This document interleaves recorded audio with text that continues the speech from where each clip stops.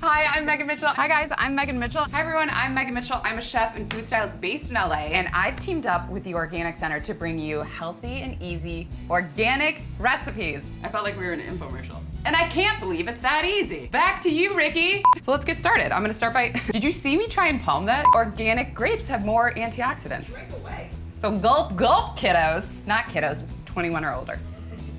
There's something about organic strawberries. They definitely taste sweeter.